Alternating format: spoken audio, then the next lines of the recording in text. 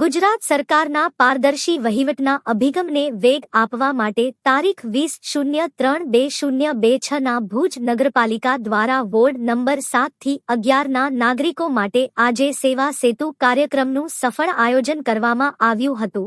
નગરપાલિકા સભાખંડ ખાતે કાર્યક્રમમાં શહેરીજનોએ બહોળી સંખ્યામાં હાજર રહી સરકારી યોજનાઓનો લાભ લીધો હતો.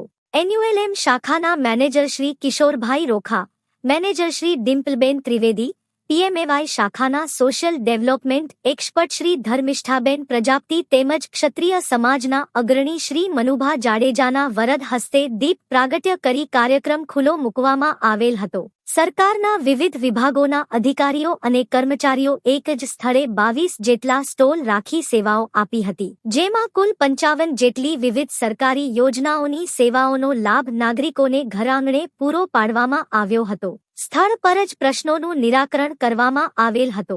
આ સેવા સેતુ કાર્યક્રમનો મુખ્ય ઉદ્દેશ્ય નાગરિકોના વહીવટી પ્રશ્નોનો ત્વરિત નિકાલ કરવાનો હતો. સમગ્ર દિવસ દરમિયાન વિવિધ વિભાગોને લગતી કુલ 329 જેટલી અરજીઓ પ્રાપ્ત થઈ હતી, જે તમામનો અધિકારીઓ દ્વારા સ્થળ પર જ સંતોષકારક નિકાલ કરવામાં આવ્યો હતો. ભુજ શહેરના નાગરિકોએ આ તકનો મહત્તમ લાભ લીધો હતો અને વહીવટી તંત્રની આ કામગીરીને બિરદાવી હતી. મુખ્ય અધિકારીશ્રીના સૂચન મુજબ નગરપાલિકાની ટીમ દ્વારા સુવ્યવસ્થા કરવામાં આવી હતી. સમગ્ર કાર્યક્રમની વ્યવસ્થા સ્ટોર શાખાના વડા દક્ષેશભાઈ ભટ્ટ અને ઋષિકેશભાઈ સોલંકીએ સંભાળી હતી. કાર્યક્રમનું સંચાલન એન્યુએલએમ શાખાના મેનેજર કિશોરભાઈ શેખા અને આભાર વિધિ મીનાબેન વણકરે કરી હતી.